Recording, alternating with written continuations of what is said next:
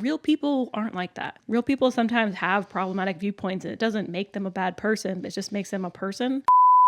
Welcome back, everybody, to another episode of Little Miss. For those of you who are new here, yada, yada, yada, yada. My name is Riley. Every conversation is supposed to make you feel like you're here. Okay, welcome back. Like I said, if this is your first episode, like, come on, you should know my intro by now. You should have already listened. She's going to stop carrying ID because people should know who she is. Yeah, like at this point, come on, guys. Okay, Taylor is back to do another episode with me. We've been really liking these Little Miss media episodes. So has everyone else. I feel like, honestly, my most popular podcasts are generally the ones we do about media. I mean, everybody likes media. Everybody likes something that can relate to them, and media relates to everybody. There's always an audience for something. It's true. People love to give their own opinions, which is cool. That is, you know what? That's fine. Like, that is actually what I'm basing this platform on. So, you know what? Comment ahead and go ahead. Yeah, have a conversation with a friend. Yeah, AKA us. Exactly. So we have done Criminal Minds before. We've done Star Trek. And I'd actually like to continue a series of us picking different series, like, you know, TV shows to do. And I was like, oh, I feel like SVU would be a good one. Because I know I've watched a ton of episodes. It's one of my favorite TV shows. Taylor's seen quite a few. And yeah, we're going to do the same thing we did with Star Trek. We're going to pick 3 of our favorite episodes. We're going to pick our favorite character, and then we're going to pick at least one of our least favorite episodes. I'm sure everyone knows what this show is, but let me just read like what Law & Order SVU even is. Yeah.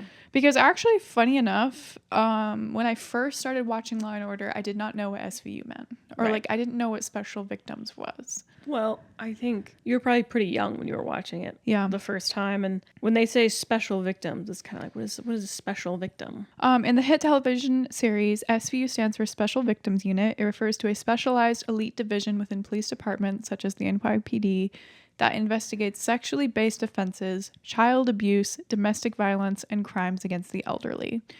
Before we even get started, I will say SVU is like probably one of the most sensitive. I would not say it's the most graphic. It's a very PG-13 show. Yeah, it is, but it is like probably the most disturbing show you could ever watch. Just because of like I mean, that's what it is. Yeah. They're dealing with cases that involve the most vulnerable people in society. Children, the elderly, women in abusive relationships. It is always going to be uncomfortable. Mm-hmm. I don't know if I've ever watched an episode of SVU and it wasn't in some way uncomfortable. Now, I think it's a great show. I think it's like really well done and well written, but like if that's something that's triggering to people, this is definitely not for them. Yeah, for sure. I mean, since I didn't even know what the title was, I don't think a lot of people are even aware of these crimes. Mm-hmm. When you watch SVU and when you get like really into it, when you really start watching it, you start figuring out like, oh, stuff happens I had no idea about. Yeah, some pretty rough stuff that they get into of just like, oh my God. Yeah, how would I ever know what happens like in a nursing home? Like, how would I ever know where it's like, I feel like in Criminal Minds, I obviously love that show and, you know, I'm very grateful for the people that do that. But every time I watch SVU, I literally go through this like mental spiral of like, thank God people are here doing this. Right. Because it is actually such a tough job. It's a really, really tough job. I think it would be really hard for anybody to be in a special victims unit long term. It's complicated in the real world because I think a lot of people feel like they are not doing a great job. Mm-hmm. They feel like, you know, what we see dramatized on something like SVU is kind of like the ideal of what it would be like, and in real life often women are not believed, or it doesn't go down the way it does in SVU. I will admit it's a tough job. Okay. Do you want to go first? So for favorite episodes, I actually struggle with this more than least favorite because I think the ones that I didn't like stick with me more. Yeah. But my first one is called 911. Yes. Okay. And for some reason I thought you said least, but yeah, I see what you're saying. No, this is a great episode. One of my favorites is 911. It's from season 7, episode 11. Mm-hmm. This is a great episode. I think it's pretty universally liked. This one, Mariska Hargitay, her Emmy. I don't know if she has multiple, but at least one of her Emmys.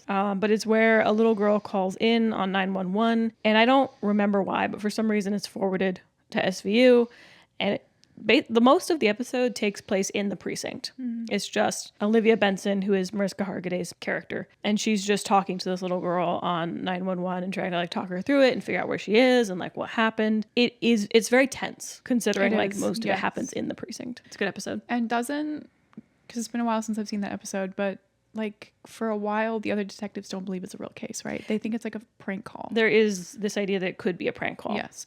Which I mean, I think that's fair. I don't Like, I'm sure they do get prank calls, but I know that Olivia Benson has to like campaign for the fact that she thinks this is a real call. Yeah. And I think this is one of Olivia Benson's, like, her character's best episodes. And that's why I want to lead with it, because in my least favorite, we're going to get into Olivia Benson's character and how I dislike some of the choices the writers made later. Yeah. But I think this is a great episode for her. And it really showcases like her as a detective and what her strength is. And that her strength is that she believes victims. Yeah. Her strength is that she is always going to be the person on the other side who's like, yeah, I believe that happened to you and I'm going to do what I can for you. Yeah. She's not always right.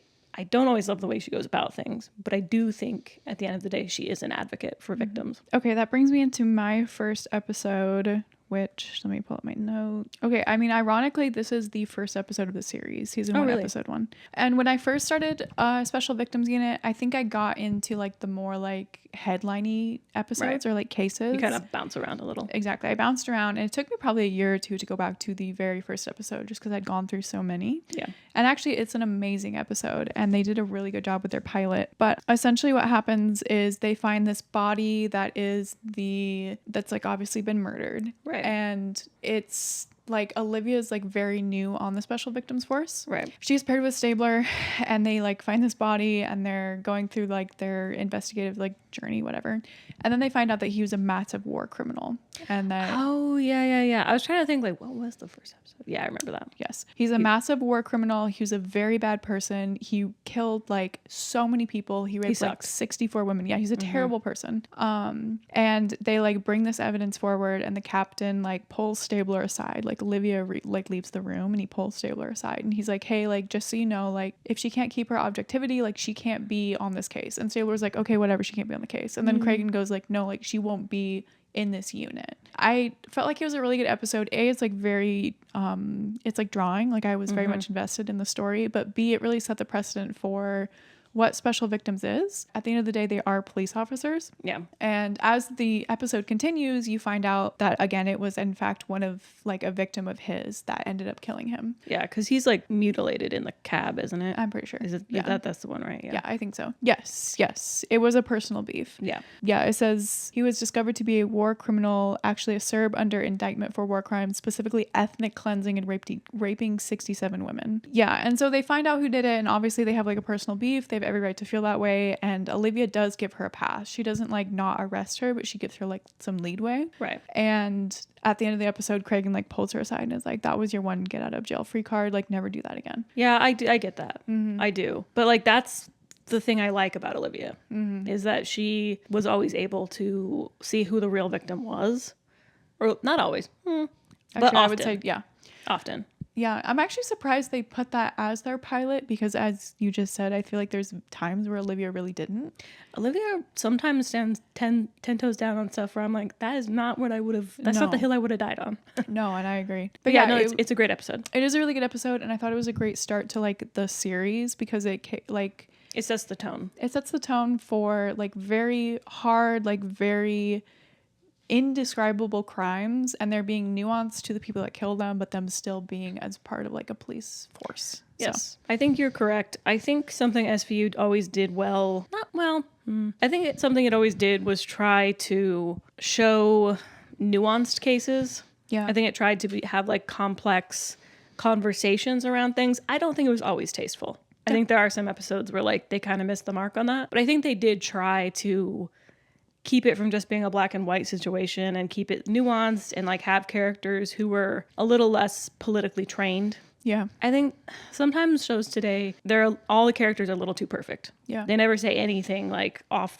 color or problematic. And it's like real people aren't like that. Yeah. Real people sometimes have problematic viewpoints, and it doesn't make them a bad person. It just makes them a person. Law and Order in general, I'm less familiar with the other series, but in SVU, they always tried. I think all the characters were very nuanced and multifaceted, and sometimes in ways you didn't like, but they were. I agree. The next one on my list, we're taking a big time jump. Okay. We're jumping up to season 14, episode 3, which is 25 acts. Now, the episode itself is fine. The reason this is one of my favorites is because it introduces Rafael Barba as a character. I love him. He's up there for me on characters, and I think this is a great intro for him, where like the basic premise of it is there's this author, she writes erotic fiction that happens to do with, shall we say, she's a stand-in for the author of 50 Shades of Grey. Okay, so yeah. She writes fictional erotica that is on the darker side. Okay. And she is raped in an elevator. Okay. And the claim of the rapist is that because she writes this kind of fiction, that must be something she really wants and enjoys. So it's like a kind of an uphill battle, because they have to prove that, like, just because she writes this fiction, that doesn't mean that she consented to this act. And he comes in as basically like has a reputation for winning tough cases. Like, the reason they bring him in is because he kind of made his bones doing this case where he was able to prosecute men for raping sex workers, which is also a tough case to like prosecute, of like, well, if you paid them, then they must have consented to anything. And he was able to prove that. So that's like, we don't see that case, but that's just like his reputation. Okay. So he comes in and he's like, well, this is not a great case, but like, I'll prosecute it for you if you want to. Him and Olivia have instant chemistry. And you can read that however you want, like romantic or platonic, but like, they're obviously like, there's a spark right off the bat. And they become very good friends later. Yes. He is able to convict the guy who did it. It's this whole long thing. But the scene that I think is the funniest is he gets the guy to choke him with the belt. Do you remember that scene? I think I've seen clips of it. It's so funny. Because because they're in the courtroom. They're in the courtroom. And he has the guy on the stand and he's like, well, just show me. Just go ahead and show me. Yeah. And he like stands up there and has the guy put the belt around him. And he keeps like, is that all you got? Is that all you got? And the guy like actually freaks out and like starts choking him. It does like really set up his character as just being very antagonistic. Okay. Very funny. But like, he often gets convictions based on just being annoying. And you are, period. Yeah. So that's one of my favorite episodes. I don't think it's like the best case, but I do love the introduction of the character. Yeah. No, that's fair. I actually did not know when he came in. I will say one of the only cons with SVU is that there are so many episodes. There's so many episodes and there's a lot of characters. There's a lot of characters. I mean, this is going on for like 15, 16, 17 years. Yes.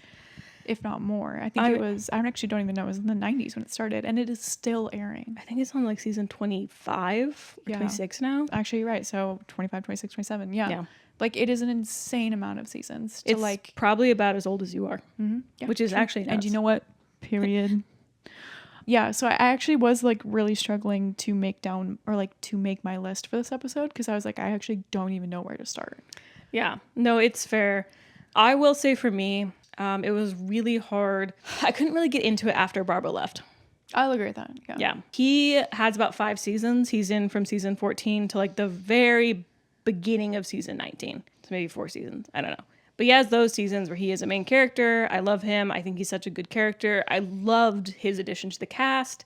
And after that, like, I really struggled. Like, I don't think I really watched it regularly again after that. No, that's fair. I think similar to Criminal Minds, the like very like new age seasons are almost like a different show. Agreed. It's like, it just doesn't capture me. And Stabler leaves in season 13. Boo! And like, Stabler is not my favorite character, but I do think he added a component to the show that it was hard to replace. And Barba came in and Barba kind of like filled that niche for me. It filled that role of like that chemistry with Olivia. And like, I don't know quite how to explain it, but after he left, I was kind of like, all right, what's the point? No, I agree. Yeah, I would say that like, and we'll get into it, but actually I'll save it because I do have something to say about favorite characters that goes along with that. Yeah. I also have some stuff to say about that. Okay.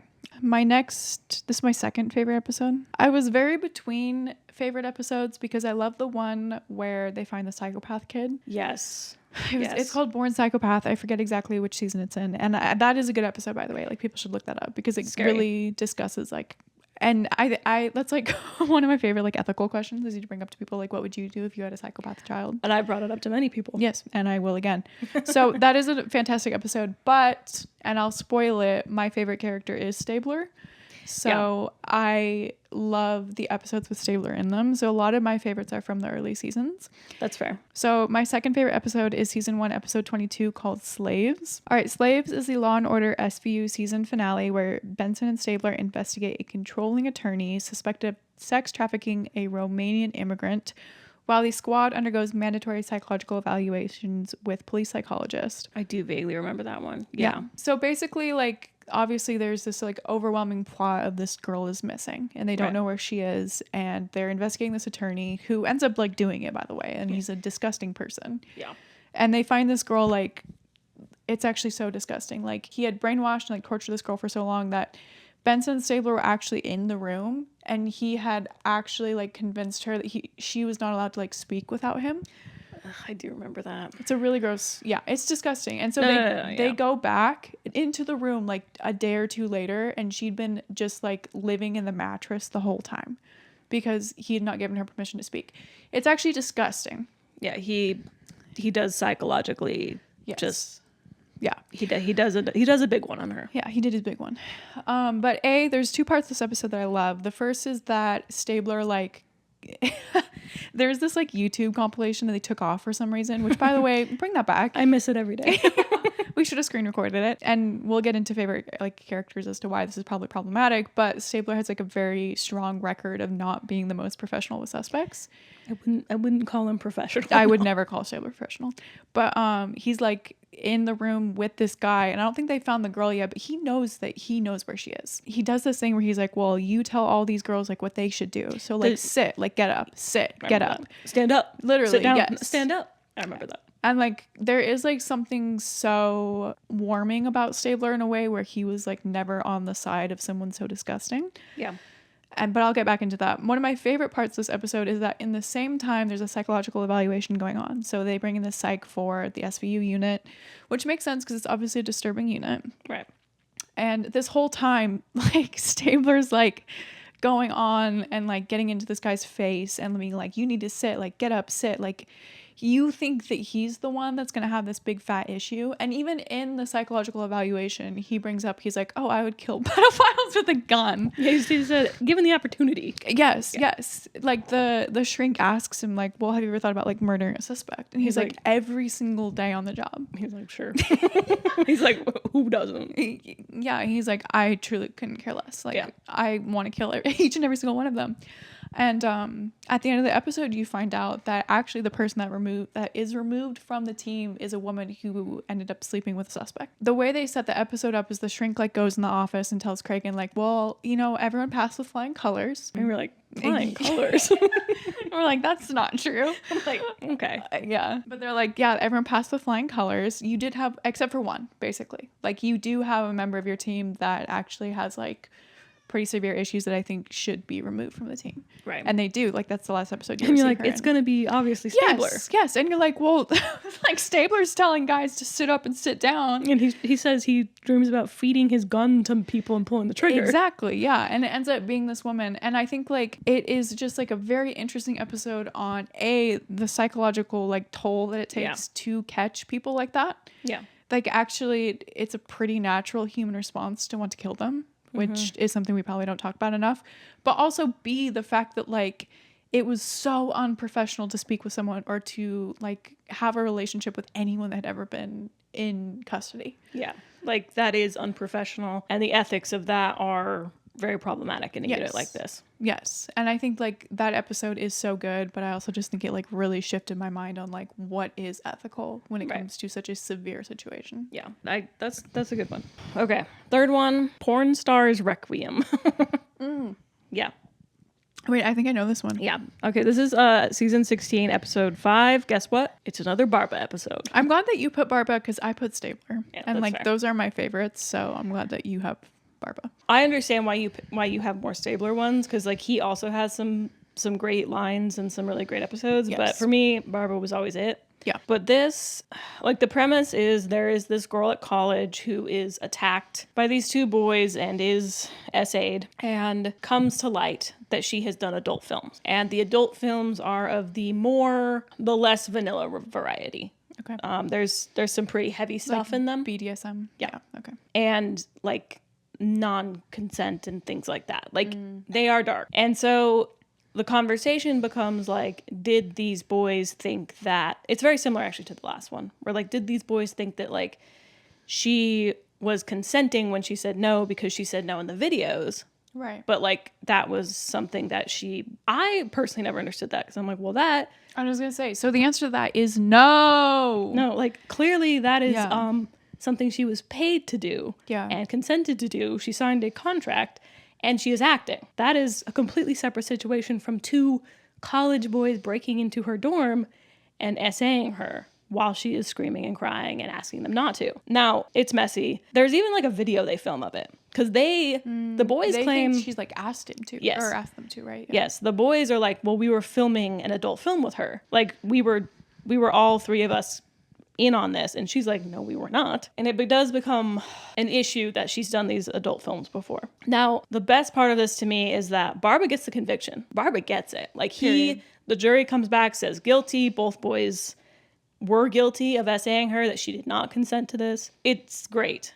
And then the judge overturns it. The judge sits up there and says, I'm going to set aside the jury's verdict. What? It's a crazy ending. He said, no, I know these boys. Obviously, they did not mean this.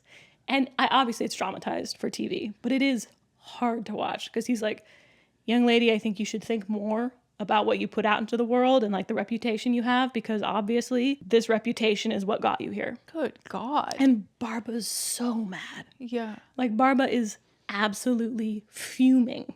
And he is just like, I'm going to appeal this.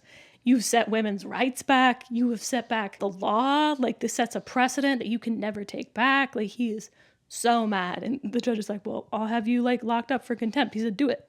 Barba does try. But at the end of the day, like the verdict is overturned. Her attackers go free and she ends up getting kicked out of college. Oh my God. It's a really sad episode. And she goes, like, she ends up just doing adult film, like, as her career because she has nowhere else to go. God. It's really sad. Yeah. But I mean, I think you were saying in the beginning that a lot of people in special victims unit do not get the same outcomes that you'd think they would. Like, and I want to believe it would be different. It's not. It's not, yeah. And it's a sad episode. Like, I don't love the ending, but there is something about it that, like, really hits home. And I think we probably like Barba and Stabler for the same reason, which is that they both liked women. Yeah. They both liked women, and you could tell in the way that they interacted with victims and the way that they he prosecuted, Stabler arrested, but like the way that they handled these cases, that they liked women. Mm-hmm. So that is my third one. My last favorite episode is, this is one that actually you recommended. This is season 16, episode 17, and this features Carisi, who is not my favorite character, but I actually did like him. Agreed. I thought he was a good addition. And it says Carisi's future brother-in-law makes a rape accusation against his female parole officer, forcing Carisi to investigate. Oh, yeah. Yeah, whether his sister's fiance is telling the truth or allowing his old habits to resurface. So it is like a very interesting commentary on men's like sexual assault experience, basically. And even if like it can happen. Can men be raped by a woman? Can a woman essay a man? And also how we as a culture react to it. Exactly. And Carisi's like brother-in-law is already kind of a screw up. And like that's like pretty noted from the beginning. And he's already made a lot of mistakes. And he's like trying to like set his path correct. But he has like a parole officer that he goes to regularly, who's a woman. And he comes out of this one meeting saying like, hey, like she did sexually assault me. Like I had sex with her and I did not want to. Yeah. Like she coerced me into something I didn't want to do. And his girlfriend is like, you like SOB, like I want nothing to do with you again. Like I can't believe that you would cheat on me. Yes. Like that isn't even possible. I want nothing to do with you. And then it, like the entire episode is basically based around this precedent of like, can men be essayed or raped? And it's a really good episode and I really liked it. And I think it kind of like reinforces why I love SVU, which is the fact that they handle like really tough questions. They would. Like nobody wants to have the conversation and they're going to have it. Yeah. Again, it's not always in the most tasteful way. Yeah. But they are going to have the conversation. And I do remember, I like that one a lot. Do you remember the earlier one where it was the stripper and he claims he was essayed by 3 women? Oh, vaguely. It's a tough watch. It's much earlier. It's when Stabler's still around. And he's like, yeah, I didn't want to do that. And they like tied me to the bed and like essayed me. And Stabler's like, that's not real. Mm. Stabler is like 10 toes down, like that's not real. Like a man can't be essayed by a woman. That's not real. And the only people who believe him are Olivia and the ADA, who is also a woman. I don't remember which one it is. Which one, yeah. And they don't get the conviction. They don't. No. They do take him to court, and I think they convict one of the women because the other 2 testify against her.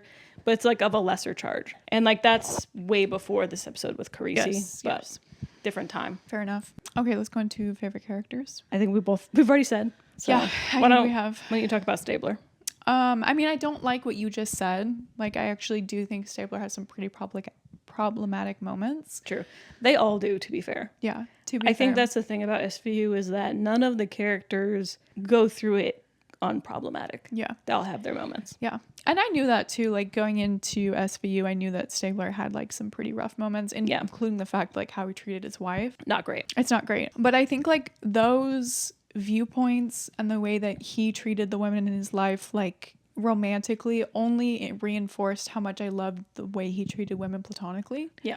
Sometimes men will only treat women well if they think they can like have sex with them. True. Or they think if there's like a romantic like interest. Yeah. And Stabler was almost the opposite, where he was like, women who I have no connection to with at all, like I want the best for them. Yeah. Like, I believe them. I will actually, like, and he does, physically beat up suspects to get there. Like, Stabler was very, like, I have daughters, and, like, no one will ever touch this girl the way that my daughters would, like, again. You know, like, he just had, like, a very interesting mindset. And I think, like, when I'm very sad or when I'm, like, going through it, I'll watch Stabler's episodes, and I'll be like, oh, thank God, like, men like that exist.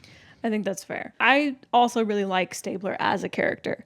I take issue with a lot of the choices that the writers made with him. I think there's some pretty big issues when it comes to like police brutality, and that's fair. And he is such an example of it. He's bad. Like, I shouldn't be laughing. If you guys had seen that compilation, it's great. Like, there's one where he's like punching a locker, and like I don't know. There is when something... he runs across and like tackles that guy. And by the way, that guy had it coming. No, I don't feel bad for him. I think that's like kind of why I love him too. Is because like nowadays, like procedural shows or detective shows are so like everything else, like what is the word, filtered? Yes, they're very PC and very like filtered is a good word for it, but just it's very processed. Like nothing's like kind of without like just sort of a clear like yes or no, right or wrong. Yeah. And I like the fact that Stabler would like legitimately put a guy's head through a wall that had like killed or sexually assaulted a young girl.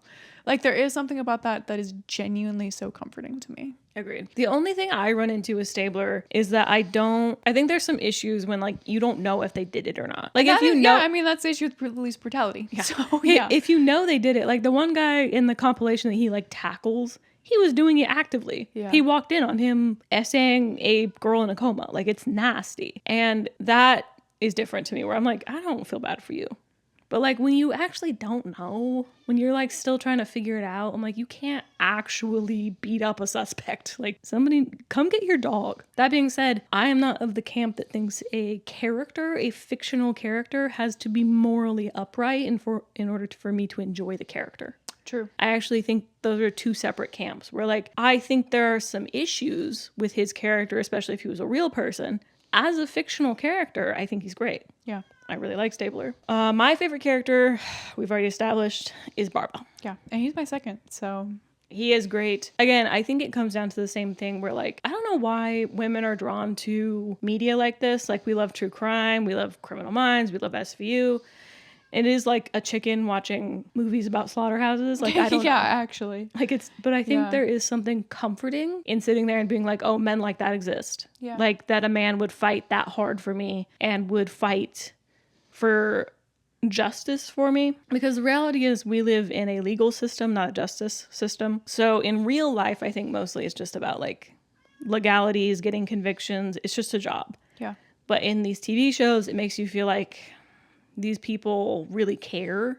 Yeah. And they actually want to do right by you. And I think Barba is a great example of that. I also think he's really funny. Yeah, no, I completely agree. If it wasn't Stabler, it would have been Barba. They're both like, I love both those characters. Yeah. And I think that's very true. I think that weirdly women do have a fascination with true crime because it could have been them. Yes. I mean, I love all these shows, so I'm definitely not like the outlier at all. I will say Barba has his problematic episodes too. Yeah, and I feel like it's also like what you said, like you have issues with the writers because the way that they wrote Barba's character out, I actually agree with what he did. Yeah. And it still was like a really weird ending where he like turned off life support for a child that he thought was like suffering. Yes. And like I actually probably would have done the same thing, but it was just like a weird thing that he did where it's like I don't think Barba would have actually done that, you know?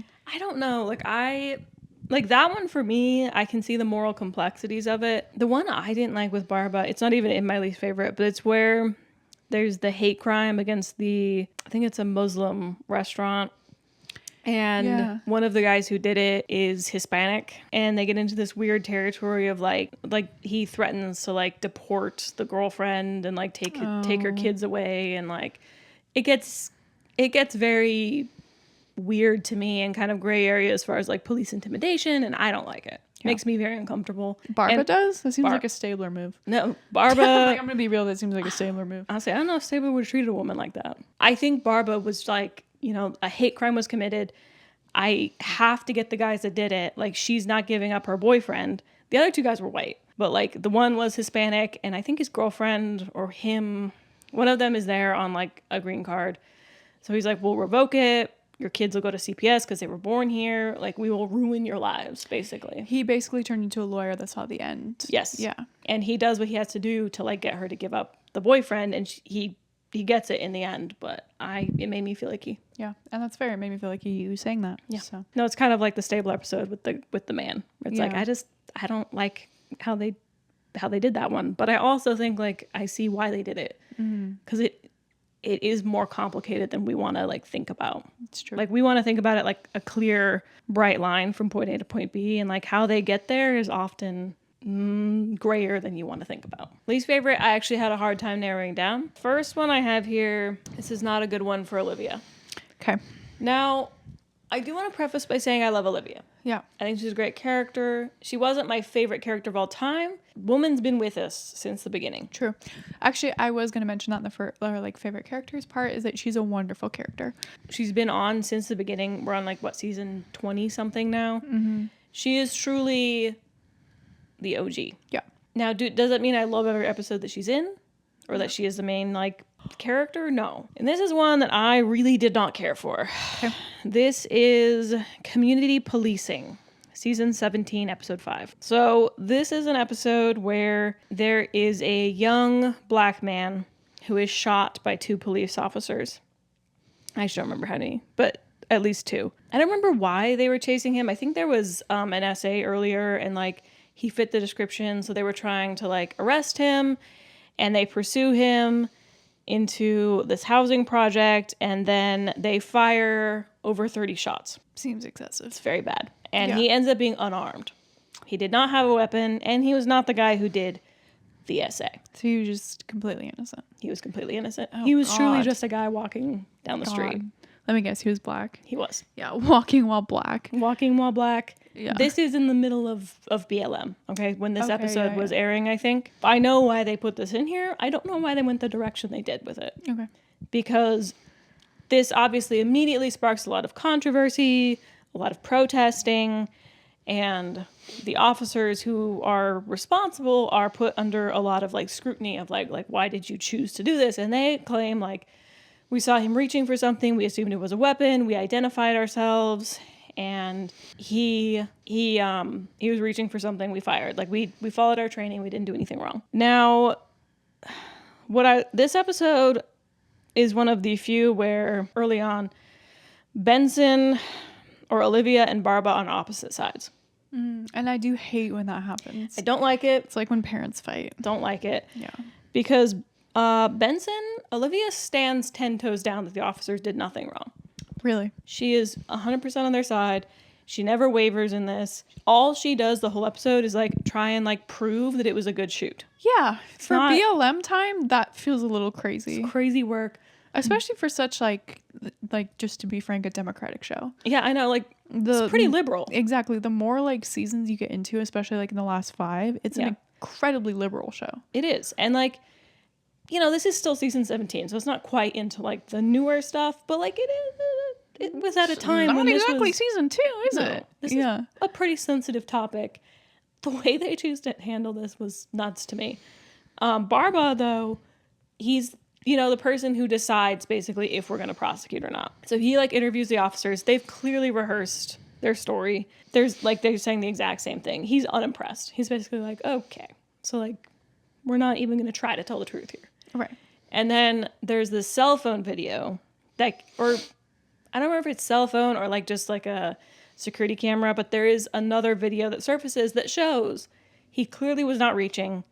He had both his hands raised, was turning around, both hands raised, and they shoot him. It's like not even questionable whether or not there was like any doubt about what was happening. And I know in that situation there's a lot of adrenaline, but like that is why you're a police officer. Like you went through training to know how to not react in a moment of like panic or adrenaline and take somebody's life. Right. I don't know. And it just like Barba, he indicts them, he charges them, and he tries to prosecute them. They get off. They do. They are not convicted. And Olivia is always against it. Really? Even after seeing the video. That is shocking to me. See, I felt like this was bad writing. And I will agree that the majority of like issues we take with any television series is the fact that the writers just like screwed with it. Bad writing. Yeah. And like if this had been in season like 7 or like one of the earlier seasons, I could see where this is still like a more nuanced conversation. During the time of BLM, like when this is already like come so much to the forefront, there's been multiple shootings of Black men that were not warranted. To come on and be like, no, the main character of our show, and I know she's not like the main character, but she kind of is. She's the face of SVU. Is. Yeah, like honestly, I would. She's the face of SVU. To have her come on and be like, I don't think they did anything wrong. Like I That is stand by a good insane. shoot. Yeah, No, it's a rough episode, and like at the very end, she does not back down on it. She's very like that thin blue line. She stands by it where she's like, you can't prosecute officers for doing their job. And it's like, well, I can when they didn't do their job. Yeah. And that's his side of it, where he's like, no, they're held to a higher standard. Mm-hmm. This is not going to fly. Yeah. It does fly, but that is crazy. I don't like that episode. I think it's bad. Okay, fair enough. I don't remember that episode, and I'm probably not going to watch it because that sucks. I wouldn't. It's not a fun watch. Yeah, that's fair. Okay, so I mean, I picked this topic and it's still like, this was my idea and I still like couldn't figure out what I wanted to do because I feel like there's just so many episodes. There is. And you have to decide, like, am I going off of like disturbing? Am I going off poor writing? Am I going off, I just personally didn't vibe with it? Exactly. Yeah. Like I just think that's a poorly written episode, but. And I think that is better because the episode I'm about to bring up, I think actually does happen. Okay. I don't even think it's a bad episode. It just like freaked me out to my core. Yeah. And I will say there's some SVU episodes that freaks me out to my core. An honorable mention that I could get into in a different episode is that freak weirdo Chud episode with John Stamos. Oh, he's just Chud, like Chud. Like this is kind of along the same line where I watched that episode and it was like imprinted into my brain and I was like, I don't think I'll ever sleep again. Yeah, he was. That was weird. We'll get into it another. We can't get into that. But season 4, episode 2, Deception. Okay. In it, a 17-year-old boy named Kyle is accused of having an illicit relationship with his famous stepmother, Gloria. Oh, I remember this. It's just, and like the problem is like they didn't actually like do anything. Well, obviously these people did. The show didn't do anything wrong because I think this does happen. It's weird though. It's hard. It's a tough watch. To prevent him from testifying against her in his father's murder, the stepmother marries the teen, and it is exactly what it sounds like. Is this the one where she gets pregnant or something? Or is that a different one? I think I might be thinking of a different episode. Yeah, I think you're thinking of a different episode. I mean, I'm sure they had different, like, multiple... Actually, I know for a fact there's multiple episodes like this. But something about this was, like, very disturbing to me because... I'll just read it again. Detectives Benson and Stabler investigate the family after the 5-year-old half-sister draws distressing pictures of her parents and reveals that she saw her stepbrother and stepmother naked in bed. Yeah. And then shortly after, the boy's father is found murdered and a baseball bat is discovered under Kyle's bed. So it's just like, it's a really gross like incest episode. Yeah, I know they're not biologically related. She is his stepmother. Yeah. I do not care. Yeah. She married his father when the children were minors. Yes. I and like care. After that, it's just like not even, you can't even like excuse it. I'm not going to justify this for you. No. And it's just a gross episode. Again, like I actually don't think they did anything wrong making it. I think it's probably an objectively good episode, but it just like, I can never watch that episode again. It's just so disgusting. It's a tough watch. It's a tough watch. It's a tough to like even acknowledge that stuff happens and like, ugh. Like every time I watch the episode, I go, ugh. Yeah. You know? Yeah. No, that's fair. Okay. Your second episode. So this is called Betrayal's Climax, season 15, episode 13, and it does not get any better. I already made this face. I'm excited to see what happens next. It does not get better. Okay. So it's about two teenagers. One is a wealthy young white girl.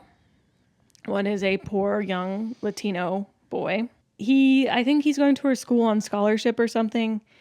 They are in a romantic relationship. Are they the same age? They are. Okay. Like, that's not the issue. Okay. They are the same age. One evening, the young teenage girl is gang essayed by some young Latino men from his neighborhood, and they are revealed to be gang members. And it is revealed that they are friends of his. He is not actually in the gang, but they are friends of his. And there's something weird with, like, they're pressuring him to, like, join or something. I didn't love the social tension that we're putting into it. It's very weird and uncomfortable of, like, the social dynamics. Because it kind of makes you question, does every kid that's Latino suddenly have gang friends? Yes. Yeah. There's a weird, and the SVU unit acts like they do. Yeah, and they're like, oh, he's Latino, so surely he's, like, connected with the Crips. No, and that is So verbatim. he's a blood, right? And it's Verbatim, what he might happens- just live in this neighborhood. Yeah, I don't think so. So, what's his face? What was Olivia's partner after? He's this guy. Yes. Okay. Throw up a picture of him. Yeah. Okay, so Amaro is legitimately like, oh, he's from that neighborhood? Yeah, he's in a gang. Yeah. Which, whatever, it's fine. Where we get into, like, really weird territory, and I don't even think they're necessarily wrong for bringing this up, because it does... Like, she's basically, like, she climaxes during the rape. Oh, so, like, she can't be like She climaxes during the essay. which is essentially the same episode as the guy who can't be raped. Yes. Yeah. And it's like, yeah, that can be, like, true. yes. Now, the SVU unit is not deterred by this. And even Barba is just like, I don't care. Mm-hmm. He's like, that's a biological response. I literally don't care. But her boyfriend was made to watch all of this. How? He was there. He did not. Oh my God. He did not essay her, but he was there and he watched all this happen. And so he's feeling some type of way about it, because when they had been intimate together, she had never reached that point. Oh my God. It's very weird. It's very uncomfortable. I did not like that they were teenagers. I just felt like we were having a lot of conversations with, like, teenagers that I'm just like, this is weird. Social good politics are God. weird. It gets into weird territory. Yeah. And then that's it really is later gross. revealed that because, like, they're all like, we know that you set this up. We know you set this up. And he denies it. He denies it adamantly. And then it is later revealed that he did. He did set this up. They had been pressuring him to, like, join the gang. And I don't remember why, but he did text them basically that, like, yeah, you can come over. And Oh my God. and he had basically set up the essay of his rich white girlfriend. And he does eventually agree to, like, testify. And he's like, yeah, like, I will help you put them away. I feel really bad about what happened. Like, I know that I did something wrong. But in so doing, he marks himself with the gang, and he is killed. He is unalived by the end of the episode. He is no longer with us. The last, like, scene is Rollins talking the teenage girl off a ledge because she's so upset that he, like, is dead. my God. It's a messy episode. It's weird. It's uncomfortable. I don't like it. Yeah. I think it's one of the least tasteful episodes they ever did. Yeah. And I don't even think, like, the conversation is wrong about, like, the fact that when you are being essayed, that does not mean your body is responding that way. Yeah. But I just think it was weird the way they did it. Yeah. I did not like it. No, that's really gross. I mean, they have that conversation a lot in that show, and none of that had anything to do with A, gang affiliation, and B, trying to off yourself. Like, dating across racial and socioeconomic lines. Yes. Didn't feel like that needed to be a part of it. Yeah. And then the teenage aspect, they're both supposed to be like 15 or 16. With teenagers. Weird. Yeah. I don't care for that one. It's one of my least favorite episodes. I've never rewatched it. I did look up the summary to make sure I was remembering it correctly, and I was. No, that's fair. And you know what? Those were really good bad episodes. Yeah. Because I think I just need to, like, rewatch the show. I mean, hopefully for other people this makes them rewatch the show, because I think overall it's an amazing show. I do think it's good. I think it's well done. Like, if I'm gonna pick a procedural, I'll probably pick Criminal Minds over this one. Like, if I'm like, well, what am I gonna put on? probably Criminal Minds, but like I always enjoy SVU. I think it's well done. I think it's interesting. I think they have a lot of nuanced conversations.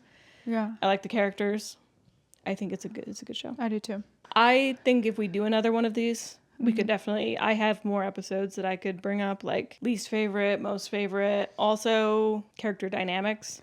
Could talk about the shipping rampant among the fans and whether or not we agree with it.